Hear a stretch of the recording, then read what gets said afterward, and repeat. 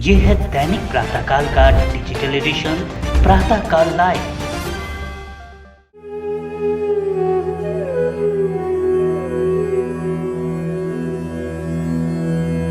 प्रातःकाल लाइव के संवाद कार्यक्रम में आज हम आपकी मुलाकात एक दिगंबर जैन संत से करवाने जा रहे हैं।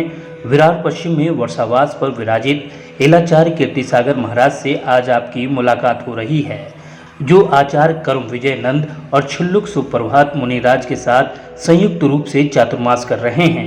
जैन धर्म से जुड़े शास्त्रों में गहन अध्ययन का अनुभव रखने वाले एलाचार्य गृहस्थ जीवन में व्यापारी रहे हैं। आत्मा की खोज में इन्होंने संन्यास ग्रहण किया है। इनसे बातचीत कर रहे हैं हमारे रिपोर्टर मनीष पालीवाल। आइए मिलते हैं इन पुण्य आत्मा संत से और जानते हैं उनके ज्वलंत विचार।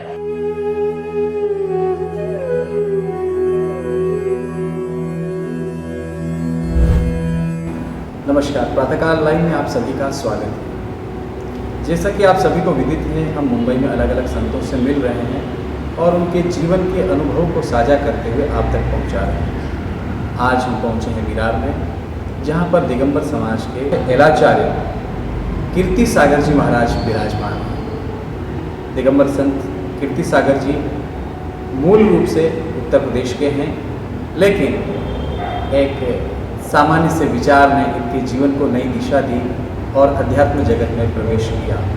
आज दिगंबर जैन समाज के अंदर इनकी एक विशिष्ट छाप है, एक विशिष्ट पहचान है। इन्हीं से हम दिगंबर समाज के विषय में आज चर्चा करेंगे। बाबूजी हमारी वंदना स्वीकार करें। गुरुदेव, मेरा जो पहला सवाल है वो है, दिगंबर जैन समाज की उत्पत्ति कैसे हुई, इसके कौन कौन से विभाग थे और इसका कौन सा काल गिना जाता है? महावीर भगवान की जय। जैन धर्म शाश्वत धर्म है, अनादिकाल से चला आ रहा है और इसका कहीं कोई अंत नहीं, ना कोई प्रारंभ था और ना कभी अंत होगा। हाँ, कुछ समय के लिए बीच बीच में विच्छित्ति हुई, समाज धर्म का थोड़ा लोप हुआ, धर्म का विनाश नहीं हुआ। पंचम काल के अंत तक ये धर्म शाश्वत चलेगा। पंचम काल के बाद में कुछ समय के लिए फिर विलोप हो जाएगा, छठा काल आएगा, फिर चौथा काल आएगा, फिर पंचम काल आएगा। इस प्रकार से जैन धर्म शाश्वत है और चला आया है और चलता रहेगा। जैन धर्म सनातन धर्म है, शाश्वत धर्म है, इसमें कहीं से भी प्रारंभ नहीं हुआ और कहीं इसकी समाप्ति नहीं। बाबूजी, इस धर्म में कभी ऐसा वक्त भी आया कि साधुओं को वस्त्र पहनने पड़े? दिगंबर आदिनाथ भगवान के समय में 4000 राजाओं ने दीक्षा ली थी और उनको दीक्षा का ज्ञान नहीं था। केवल हमारे राजा ने दीक्षा ली है, हमारे राजा ने कपड़े उतार दिए, इसलिए हम भी कपड़े उतार दें। इस प्रकार से आदिनाथ भगवान के समय 4000 राजाओं ने दीक्षा ली। सभी ने दीक्षा छोड़ दी, किसी ने छाल लपेटी, किसी ने कैसे पत्ते लगाए और उसको फिर अपने धर्म का निर्वाह किया, दीक्षाएं छोड़ दी। भूख प्यास लगने लगी तो दीक्षाएं छोड़ दी। फिर भगवान आदिनाथ को केवल ज्ञान हुआ उनके उपदेश से। फिर वापस सभी राजाओं ने दीक्षा ले ली। एक मारीची ने दीक्षा नहीं ली, क्योंकि उसने भगवान के मुख से सुना था कि मारीची अंतिम तीर्थंकर महावीर होगा। जैन परंपरा में दिगंबर, श्वेतांबर और मूर्ति पूजक, ये 3 प्रमुख अंग माने जाते हैं। इन तीनों संप्रदायों में पूजा पद्धति में किस किस तरीके का परिवर्तन होता है? धर्म महावीर का आदिनाथ से लेकर के महावीर तक का सभी का धर्म, सभी के लिए उपदेश महावीर का एक ही है। ये हमारी अपनी संतों की मान्यताएं हैं। इन्होंने अपने अपने धर्म को, अपने अपने पूजा पद्धति को अपने अपने अनुसार उसको प्रचलित किया है, अपनी अपनी मान्यताएं हैं। महावीर का संदेश एक ही है, जियो और जीने दो। महावीर ने किसी को ये नहीं कहा, महावीर ने किसी को पंथवाद में, जातिवाद में, संतवाद में नहीं बांटा है। ये हमारी अपनी अपनी व्यक्तिगत विचारधाराओं से हम लोग बने। गुरुदेव, हम ये जानना चाहते हैं कि सांसारिक जीवन में आप बिजनेस करते थे, जॉब करते थे, लेकिन ऐसा कौन सा क्षण आया, ऐसी क्या अनुभूति हुई जो आपने संसार को छोड़कर अचानक जो है संत बनने की ठानी? जैन धर्म में एक शाश्वत पर्व है, पर्युषण पर्व।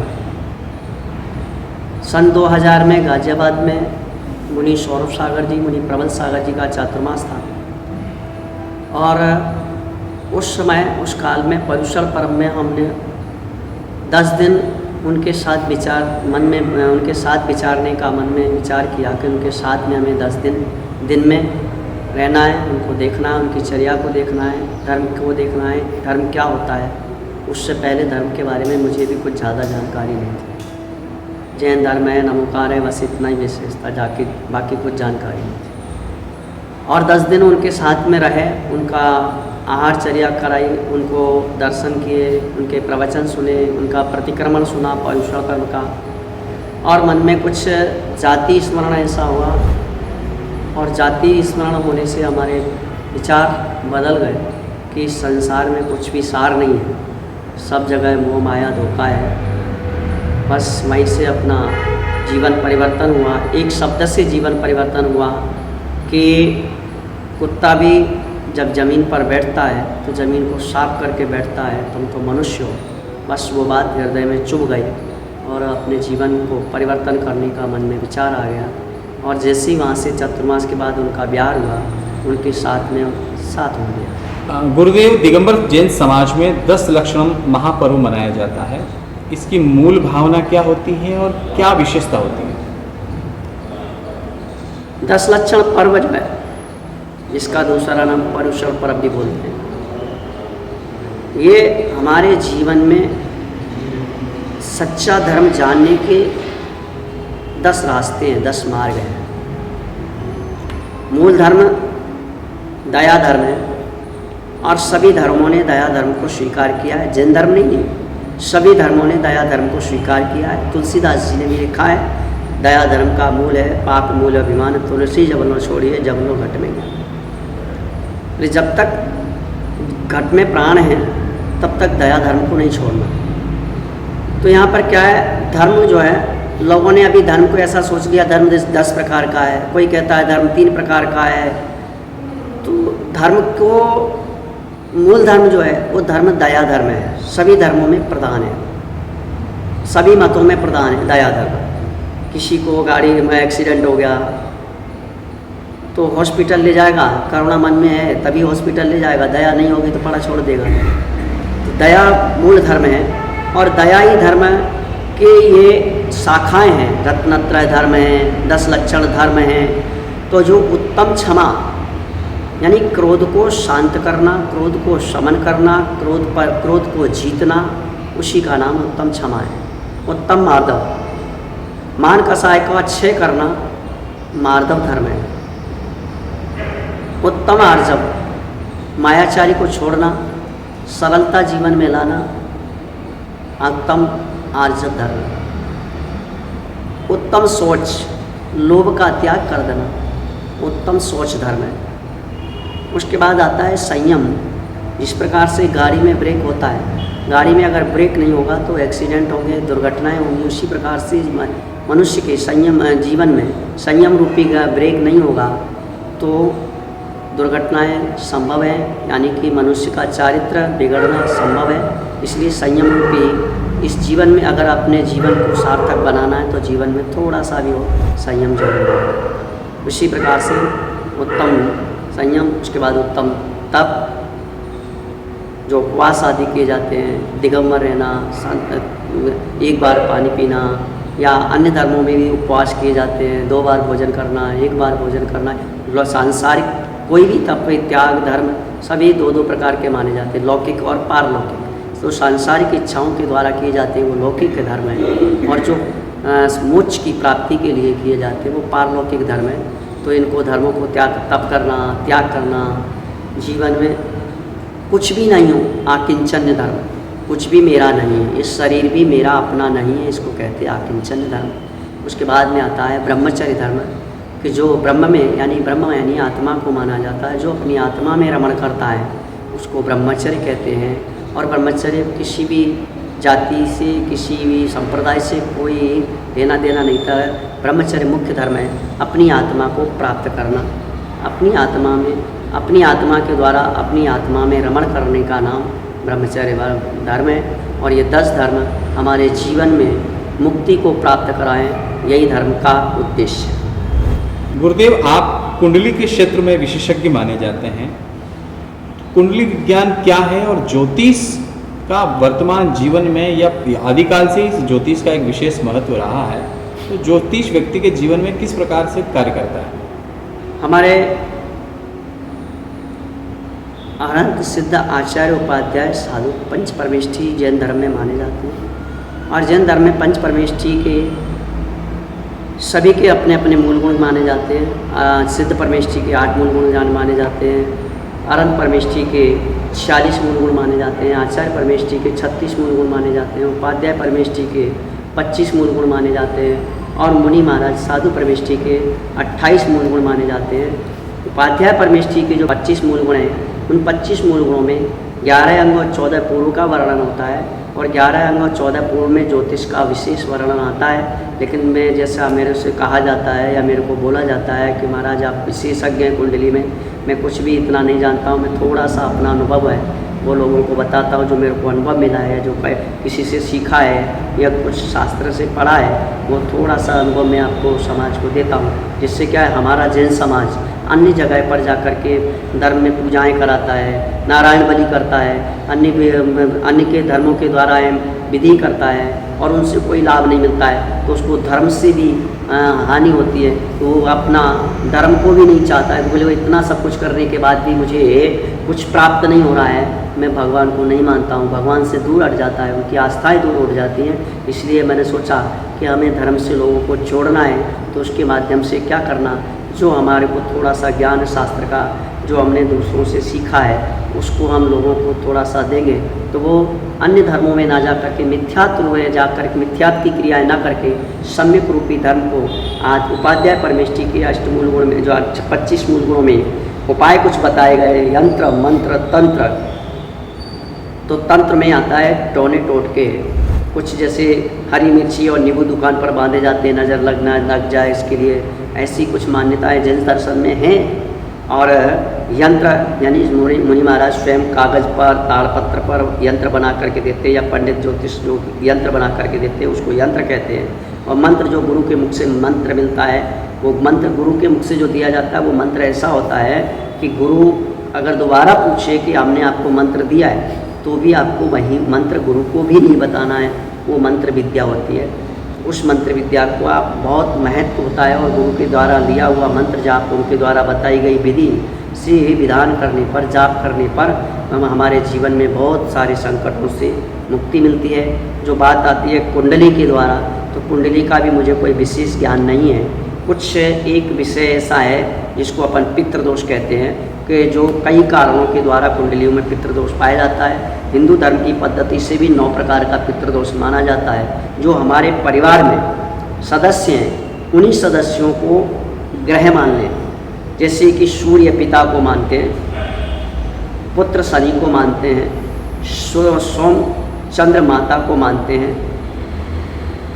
मंगल भाई को मानते हैं, बुध बहन बेटी बुआ को मानते हैं, शुक्र पत्नी को मानते हैं, गुरु जो कि हमारे जीवन में दीक्षा शिक्षा गुरु होते हैं, शिक्षा गुरु होते हैं, शिक्षा देते हैं, दीक्षा गुरु होते हैं, दीक्षा देते हैं। हमारे जैन दर्शन में भी जब 8 साल का बच्चा हो जाता है, 8 साल एक अंतर्मुहूर्त का जब बच्चा हो जाता है, तो उसको जनेऊ संस्कार किए जाते हैं। अष्टमूल गुणों का पालन करने के लिए बच्चे को उपदेश दिया जाता है, उसको नियम दिया जाता है, और वो उन नियमों का पालन करता है। इस प्रकार से वो गुरु माने जाते हैं। फिर उसके बाद में आता है शनि। शनि न्याय का अधिपति माना जाता है, न्याय का राजा है, वो न्याय करता है। और शनि जब दुष्प्रभावी होता है तो हमारे जीवन में बहुत सारे संकटों को ला देता है। राहु को, शनि को पुत्र को बता दिया, शुक्र पत्नी को, शुक्र दाम्पत्य जीवन और पत्नी का है, यानी कि पार्टनरशिप का है। अगर कोई बिजनेस करता है और शुक्र उसका अच्छा नहीं है तो उसका पार्टनरशिप में अच्छा नहीं होगा, पार्टनरशिप बिखर जाएगा, टूट जाएगा, कोर्ट कचहरी भी हो सकती है। तो इस प्रकार से यहाँ पर ये जीवन हमारा संसार का परिवार के संबंध से, ये परिवार के जो सदस्य हैं, इन सदस्यों को अगर हम अपने प्रसन्न रखें, उनको अगर हम खुश रखें, तो जहाँ तक मेरा अपना मानना, जो मेरा अपना अनुभव है, आपके किसी भी प्रकार का कोई भी ग्रह आपको नहीं सताएगा। हम जो है, अगर हमारा सूर्य खराब है, हम रोज़ पता के उठ करके चंद्र वंदना करें, क्योंकि कहीं ना कहीं हमने पिता समान लोगों का अपमान किया है, उनकी आज्ञा का उल्लंघन किया है, तीर्थंकरों की आज्ञा को भंग किया है, देवशास्त्र गुरु की आज्ञा को भंग किया है। तो हमारे जीवन में दुख संकट आना निश्चित है। तो जो पूर्व कर्म, जो हमारे पूर्व कर्म उदय में आते हैं, जैसे कि पार्श्वनाथ भगवान को एक उनके ही चचेरे भाई ने व्यंतर बन करके तपस्या के समय में पीड़ा दी, उपसर्ग किए। जब भगवान जैसे तीर्थंकर जैसे महापुरुषों को शत्रुओं ने नहीं छोड़ा, तो हम कौन से सामान्य पुरुषों को कौन छोड़ने वाला है। तीर्थंकर जैसों पर भी उपसर्ग आया, महावीर भगवान पर उपसर्ग आया, सुपार्श्वनाथ भगवान पर उपसर्ग आया, कुलभूषण देशभूषण महाराष्ट्र में जो कुंथलगिरी क्षेत्र है वहाँ उनके ऊपर उपसर्ग आया। मुनिराजों के ऊपर जो व्यंतरों के द्वारा, त्रियंचों के द्वारा उपसर्ग होते हैं। तो ये उपसर्ग हमारे सांसारिक जीवन में भी होते हैं। कभी बिजली का मतलब बिजली लग जाना, आग लग जाना, व्यापार में एकदम लॉस हो जाना, एक्सीडेंट हो जाना, परिवार सांसारिक जीवन कलहपूर्ण बन जाना, घर में बार बार कलह होना। तो कहीं ना कहीं घर में पितृदोष, वास्तुदोष होने से हमारे जीवन में, और हमको पता नहीं लगता, कुंडली दिखाते तो ग्रह बोले सब अच्छे हैं, कोई दिक्कत नहीं है, कोई शत्रु राशि में नहीं है, कोई अशुभ नहीं है, उसके बाद भी हमको फल नहीं मिल रहा है। क्या कारण है? अशुभ कर्म का उदय।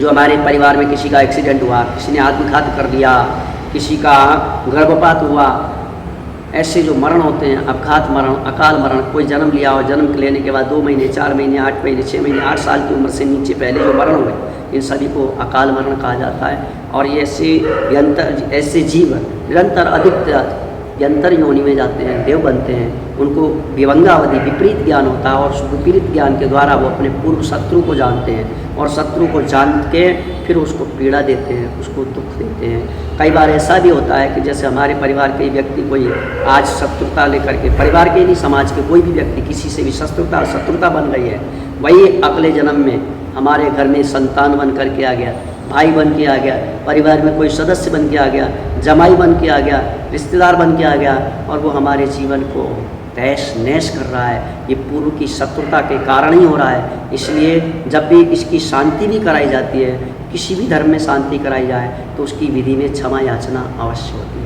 क्योंकि जो हमने पूर्व में कर्म किए हैं, किसी का हमने मन दुखाया है, किसी की हमने संपत्ति को हड़पा है, मंदिर की संपत्ति को हड़प लिया है, मंदिर की दुकान मकान भाड़े पे लेके रखा है, या हम उसका भाड़ा नहीं दे रहे, या हमने बोलियाँ दी हैं, धर्म का पैसा दान दिया है, वो दान नहीं दे रहे, ये सब हमारे लिए कष्टकारी बन जाता है। ये हमें पीड़ाएँ देता है। हमने किसी का कोई पेड़ कटवाया हो, पीपल का पेड़ कटवाया हो, अन्य किसी को पीड़ा दी हो, किसी गृहिणी को, कोई गर्भवती स्त्री को पीड़ा दी हो, किसी व्यक्ति पर अनजाना दोष लगाया हो, जो कि उसका दोष नहीं फिर भी दोष लगा दिया हो, ऐसे कारणों से हमारे जीवन में पितृदोष आते हैं, और वो पितृ हमारे लिए हमारे जीवन में एक संकट का कारण बन जाते हैं, जिससे कि संतान में उत्पत्ति नहीं होने देना, शादी विवाह नहीं होने देना। ब्राह्मणों से जहाँ जिससे जैसी पद्धति हो उसको वैसा नियम पालन करें। जैन धर्म यही कहता है, मिथ्या मान्यताओं का त्याग करें और सम्यक्त को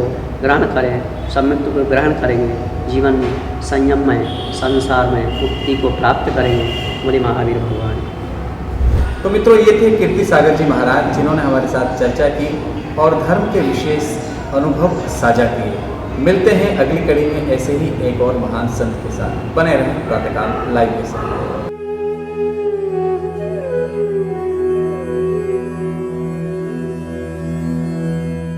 अगर आप ये कार्यक्रम YouTube पर देख रहे हैं तो हमारे चैनल को जरूर सब्सक्राइब करें, और Facebook पर देख रहे हैं तो हमारे पेज को लाइक करना ना भूलें।